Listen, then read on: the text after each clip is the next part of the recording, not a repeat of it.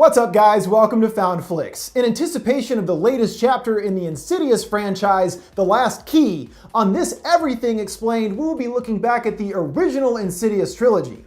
Not just explaining the endings, but the overall series story over the 3 films, investigating its mythology like the spirit dimension known as the Further, and breaking down the various ghosts and demons that appear over the films. So if you need a refresher before the new entry or still have questions from the first 3, this video will provide a comprehensive guide to everything you need to know on the series in one video. Even though the films chronologically go 3, 1, and then 2, it makes more sense to start with the first Insidious, as that's where many of the series' important elements are first established. So let's get started meeting the Lambert family, who features in the first 2 films. The Lambert family, led by Josh and Renee, along with their 3 children, start off with a peaceful, happy existence. But that all changes when their son Dalton falls into a mysterious coma that no one, even the doctor, understands, as he appears to be completely healthy but simply cannot wake up. This is because Dalton is in no ordinary coma, and there is a demonic spirit attached to the boy that has caused his unresponsive state. The reason this happened is due to Dalton having a very special mental ability, astral projection, which is the idea of being able to separate your physical body from your spiritual one, also known as having an out-of-body experience. Whenever he goes to sleep,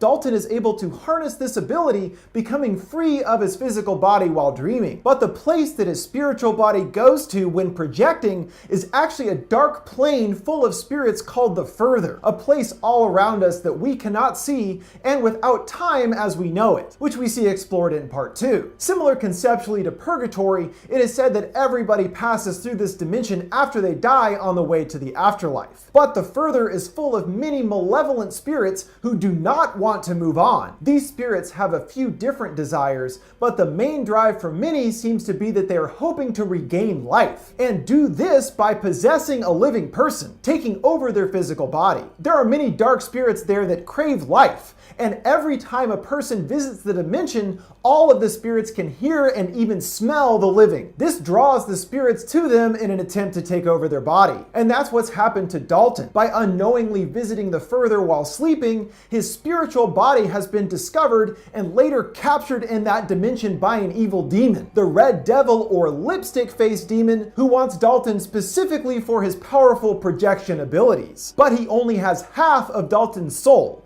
and still needs his physical body to fully take him over. And even though very powerful, he cannot simply walk into Dalton's body. But the longer Dalton is separated from his spiritual body, it becomes easier to possess his physical one. Of course, the Lambert family have no idea about any of this initially, believing the house itself to be haunted. And it's not until they reach out to paranormal investigator Elise and her team of Specs and Tucker that they begin to understand what is going on with their son. Elise too has the ability to astral project, or at least contact the Further, and sets up a seance wearing a strange gas mask-like contraption, and taps into the dimension to reach out to hopefully find Dalton. She is able to find him and now understand where he is trapped. But the Red Devil is getting closer to taking over Dalton's body, seen suddenly out of bed, flinging chairs around the room and attacking Specs. With time running out for Dalton, Elise is forced to dredge up a haunting from her past. It turns out that just like Dalton, Josh has the same powerful astral ability as his son, and he too had an incident with a spirit as a child that also wanted to take over his body. What looks like an old woman in a black dress appeared behind him in photographs, getting closer and closer to young Josh. In order to help him, Josh's mom reached out to Elise way back in 1986, and she wasn't able to defeat the demon that wanted Josh, but she was able to suppress his memories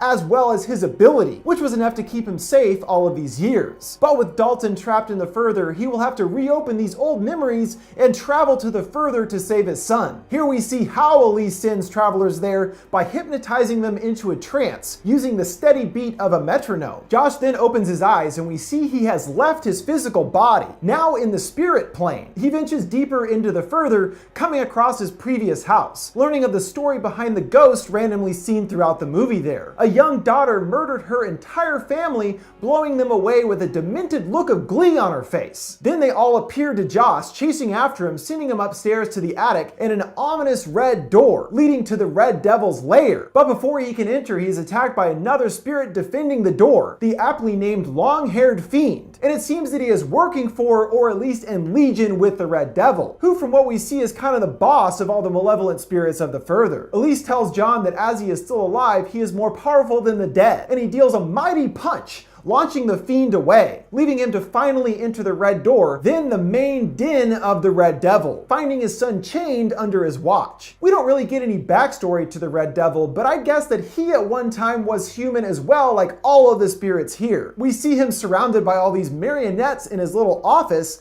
implying that this has something to do with his former life. And perhaps it's by being in the further so long that he has become more demonic in appearance over time. Josh gets his son free, but the Red Devil spots them. But Josh is able to get his son running away. He's found his son, but the others can't wake him up. According to Elise, he has to find his own way back to our world. Following Renee's voice, the two are suddenly in an infinite black void, surrounded by ghosts from all angles. It appears they are crossing over to our world, and all the ghosts then bust out of the closet while Josh is trying to get inside. The two get separated, and the Red Devil reappears pursuing Dalton, while Josh comes face to face with a reflection in a mirror, the Black Bride, the same spirit that attempted to possess him as a child. He tries to confront her, screaming to get the hell out of here, but she only laughs in response to this. Renee again calls out to Josh to come back, and he is pulled away, brought back into our world along with Dalton, who also reunites with his physical body. Everything seems to have worked out with the family warmly brought back together and their son's life saved. But a bit later, Elise and Josh are alone, with Josh returning the childhood pictures to her, saying he doesn't need them anymore, and when he hands them to her, something catches her off guard for a moment. She then takes a picture of Josh,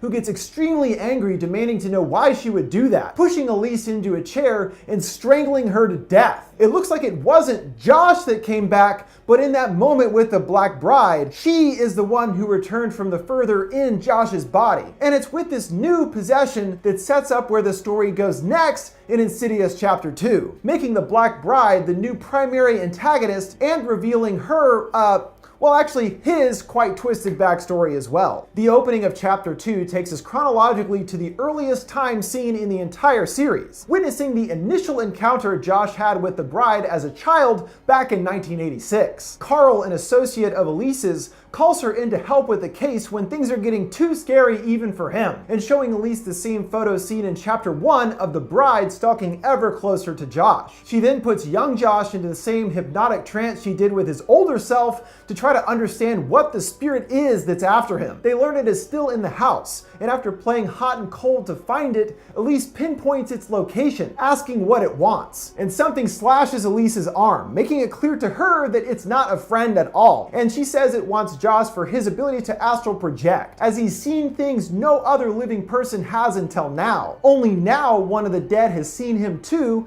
and will stop at nothing to get him. So it seems that Josh is the first living person in the series to ever go to the further. Unable to defeat the spirit, Elise suppresses Josh's memory to take away his gift, and Josh stands saying he knows how, pointing to a door that opens by itself. But Josh is actually talking to someone else here, as we see later. We then return to the series' present day story, picking up with Josh possessed by the Black Bride that has been hunting him all these years. No one is aware that Josh isn't himself, but Renee does suspect that something is going on, thinking he may have killed Elise, which of course he denies. And after forensics compares the marks found on Elise's neck to Josh's hands, they are not a match, because his hands are in fact those of the Black Bride and not his. After saving Dalton, the family goes to stay with Josh's mother, Lorraine, and unfortunately the Lamberts' hauntings are far from over. Renee is still on edge after everything that just happened, and then more signs of paranormal activity soon start, with a female ghost appearing singing "Row Your Boat," and later yelling "Don't you dare!" and slapping her. This ghost is tied into the story of the Black Bride's past, which becomes important to understanding how to destroy it. So the family reach out to Elise's old associate Carl, seen in the intro scene, for help, needing answers to questions that only Elise can answer, hoping to contact her from the beyond. He uses device to communicate with spirits, spelling out messages when he rolls, leading them to Our Lady of the Angels, a hospital that Lorraine used to work at. They head there in hope of finding some answers, as Elise had to have sent them there for a reason. Once there, they come to a room that Carl is drawn to, asking what was originally here. Lorraine remembers that it was the ICU, and has a flashback of her in the 80s with Josh as a kid when she worked at the hospital. The two go to visit an older man who looks frail and weak, but suddenly springs awake, attacking Josh and going totally nuts. Something seems to have triggered him about Josh. Lorraine remembers seeing the man once more at the hospital a few days later. He doesn't respond to her when she tries to talk to him, and then when asking a nurse about it, she reveals that the patient, Parker Crane, died yesterday morning, having jumped to his death, and learning that he was initially brought to the hospital after a botched attempt to castrate himself. Yikes! So yes, Parker Crane, a male patient who encountered Josh while still alive at the hospital, later died and became the spirit known as the Black Bride. And when they head to Parker's childhood home, they learn the story behind this. When Parker was a child, he was abused by his mother, who wanted him to be a girl, going so far as dressing him in dresses and making him wear a blonde wig, and demanding that his name is actually Marilyn and not Parker. When he tries to say his real name, she flips, slapping him, tying back to the same moment witnessed by Renee earlier at the house. Later, as an adult, Parker began to kill for his mother because she forced him to, and he donned a black dress and veil to commit the murders, becoming known in the papers as the Bride in Black. And the others uncover where he hid all these bodies in a hidden room behind the walls in his house. And the reason he was drawn to Josh while alive when first meeting him is that he wanted his childhood back that had been taken from him by his mother. And that's the specific reason behind Parker targeting Josh after he killed himself and became a spirit, to possess his body in an attempt to get his childhood back. Of course, Parker wasn't successful at getting Josh until now, who after being in Josh's body is behaving more and more strangely, seen having conversations with his invisible mother's spirit, who tells him to kill the family. He's also beginning to suffer the effects of taking over Josh's body, starting to rapidly deteriorate. Unbeknownst to him, Carl and the others have a plan to sedate Josh, and while he's under, try to reach out to the real Josh, who is still trapped in the Further. They send Carl in to sedate him, but Parker has completely taken over Josh's body now, and catches on to Carl's plan, attacking him with a knife. The others rush inside to help, and Tucker tases him, but he ends up with the drugs in his leg. Carl, killed by Parker, finds himself in the Further and joined by Josh. Josh tells Carl he's weaker the longer he's away from his body, and so the two set out into the Further in search of Elise. They stop suddenly with Carl saying that someone is standing right in front of him, but Josh can't see it, and Carl tells him he's repeating over and over, "He's got your baby." He points to something, sending Josh back to his old house, and back to the same time as the events of the first film. As I mentioned, the Further doesn't have time like our own dimension. This scene is quite interesting, showing us new layers to what happened in the first film, kind of like in Back to the Future 2. For example, it was this Josh banging on the door that his former self heard, even seeing himself coming down to check out the noise. Also, right after this in the first film, the front door burst open mysteriously, and that was also this Josh now, getting into the house and confronting the long-haired fiend who is after his daughter. Josh gets wrecked, but in the nick of time, Elise appears, wielding a lantern, burning him with the light, and launching the fiend through the window. Nice timing, Elise! She reunites with Josh and Carl, telling them that she was on her way to the Bright Place when she came back after hearing their call. She believes the key to stopping Parker is by finding his childhood home elsewhere in the darkness of the Further. Josh is familiar with this house, but since his memories have been suppressed, he is unable to remember how to get there. And Elise realizes that maybe they are asking the wrong Josh. So the three return to the moment from the opening of the movie, asking young Josh, who does know the way, standing up and pointing them in the right direction. They open the door heading through, and Elise now connects what she didn't understand earlier about who Josh was talking to back then. It was the older Josh from now that he was talking to, connecting the events in real time that are in our world spread apart by 3 decades. While they head onward to Parker's home, in our world the possessed Josh attacks Lorraine and Renee, and after a fight where Dalton whacks his dad in the head with a bat, They hole up in the basement, Josh already starting to break his way in. Dalton says he can find Josh using his own ability, and makes his way into the Further using a can on a string as a line back to our world. At Parker's house, Elise reaches out to childhood Parker to help them destroy the memories of his mother, ensuring it will set him free. His mother then appears attacking Josh, telling him little girls need to learn. Elise bashes the mom with a chair, and her spirit along with Parker is sent away, out of Josh's body and back into the void of the Further. The walls of the house begin to dissolve into darkness, and unfortunately Elise has to stay behind, now moving on to heaven, leaving Josh and Carl to find their way back. Thankfully they find Dalton, who leads them back to the real world and reunites Josh's spiritual body with his physical one. And this brings us to the end of the Lambert's family hauntings, as after all this they undergo the same process Josh did as a child to have their memories and abilities repressed, thusly no longer tying themselves to the malevolent forces of the Further. But of course they aren't the only family to be haunted by the spirits of the Further, and Elise had other cases involving the dimension before the Lamberts, which we see led to her death by the hands of the Black Bride. And we learn in Insidious 3 this was the result of her initially saving Josh from being possessed. Since this first encounter, she has wanted to kill Elise as revenge, and promises her it would do so. And any time that Elise would visit the Further, she would get attacked by the Bride. Which brings us to the events of Insidious 3, which takes place well after the first meeting with Josh, but a few years before they cross paths again in the first Insidious. Here Elise is retired from her profession, becoming essentially a recluse in her house after the death of her husband Jack by suicide about a year ago. She struggled with his death and did attempt to reach him via the Further, but every time she went there, she also drew the attention of the Bride. So rather than risk it, she decided it was best not to tempt fate and didn't attempt to return there anymore. However, a young girl, Quinn, shows up at her doorstep, leading Elise back into the spiritual world. Quinn wants to contact her deceased mother, and after some initial reluctance, Elise agrees to help her, trying to make contact. As she's doing though, she says she can hear someone, but nervously says that it isn't her mother, and Elise breaks her concentration, telling Quinn she will have to find someone else to help her, and advises her to not try to contact her mom anymore on her own, warning her that if you do call out to the dead, all of them can hear you. Quinn doesn't heed this advice, trying to contact her mom again later, and a spirit does start making his presence known. But it's not her mother as she initially believes. After blowing a theater school audition, Quinn sees a person standing in the street, and this distracts her enough for a car to come out of nowhere, plowing right into her. Later, when at the hospital, she sees this person again,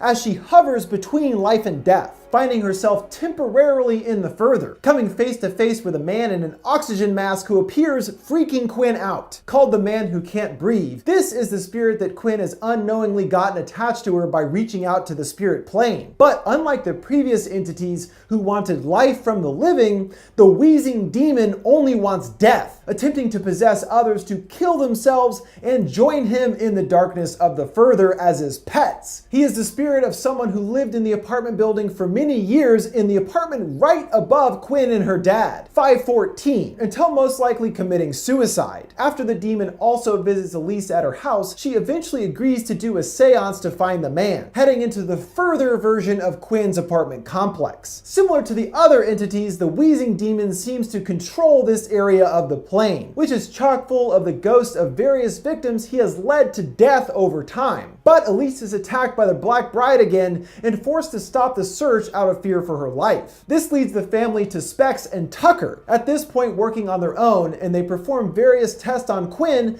and set up cameras to capture her every movement. But it appears that they were already too late, with the demon already possessing Quinn, who is somehow walking on two legs after her accident and gets a jump on them, beating her dad along with the others with a wrench. So she's definitely possessed now, and has been since she was at the hospital. Oh well, nice try anyway, guys. She tells her dad she wants to keep him alive to watch him suffer, attempting to slash her own throat with a box cutter. But the others overpower her, restraining her to the bed, at one point seeing an eyeball of the demon peeking out of her throat. Ew! Quinn's dad wonders what they're supposed to do now, but the guys admit they're basically frauds and totally out of their league on this one. But luckily, Elise is back, who realizes it's been ever since their accident and their first meeting that the wheezing demon got half of her soul, the spiritual body as we saw with Dalton. And the only way to bring her back is to go to where it lives, meaning she has to go back into the further despite the extreme danger she is facing from the bride there. She finds her way to apartment 514, finding a man sitting on the bed, but is attacked by the bride, choking her. But Elise remembers being alive makes her stronger than the dead and fights back, causing the bride to retreat for now. Elise tells the man to let Quinn go, but we see it's actually Jack, her deceased husband, saying he could feel she was here and had to find her. Emotional, Elise asks how she is supposed to move on without him, and he offers her a solution. She can stay here with him forever, handing her a blade to take her own life. Obviously, it's the demon taking her husband's form and returns to his old man form, who claps, bringing in his new pet, Quinn, seen without a face and under the demon's control. Elise pushes him, grabbing Quinn, and showing he is quite a powerful entity, the wheezing demon stomps his foot, causing the whole place to rumble violently. After Elise later stomps her foot and dispatches the man into a hole, they make it back to Quinn's room and Elise wakes up. But right before Quinn got back to her body, the demon managed to grab her, keeping her in the further, and now on the verge of death. Everyone grabs hands, telling her to stay with us in this world, and Elise finds a letter from Quinn's mom hidden in her journal. So we see her mother had been trying to reach out to her as well and wanted Quinn to read the letter. Elise then calls out to Quinn's mother for help, who appears in the further, whispering into Quinn's ear. Hearing her voice is enough to wake Quinn up, who grabs the demon's mask, ripping it off his face, causing him to cough up dust,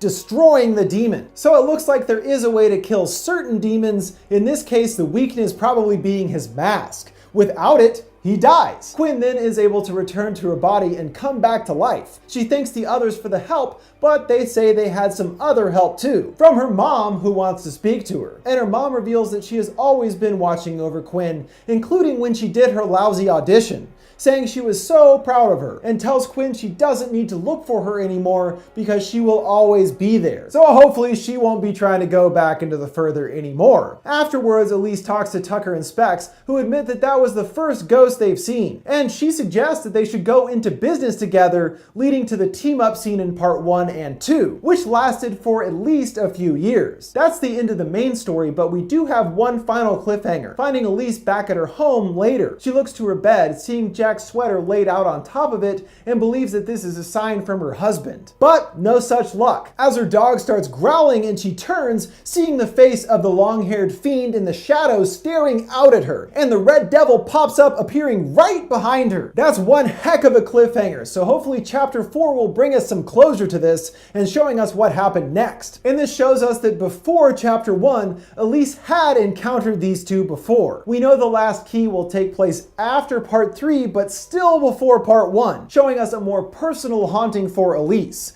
this time at her childhood home, where she has to face the interesting new demon called Keyface, which I think already looks way cooler than some of the previous villains. And with the window of time between events closing, perhaps the last key will tie us directly into the beginning of the first film, which would be a cool way to bridge the series together into one cohesive whole. But we will have to wait a bit longer until we find out for sure. And don't worry about it, folks, because of course I will be doing an ending explained on the last key as well, and any connections that it has to the original trilogy. That about wraps it up for this in-depth look at the Insidious franchise, looking at the series' bigger story, mythology of the various ghosts and ghouls, and an in-depth look at the further itself. Hopefully I covered all your big questions on the series, but if there's something I missed you're still wondering, just leave me a comment below. What do you guys think of the Insidious trilogy?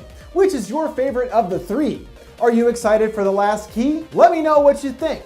Make sure to like, subscribe, and follow. Thanks for watching Found Flicks. See you next time.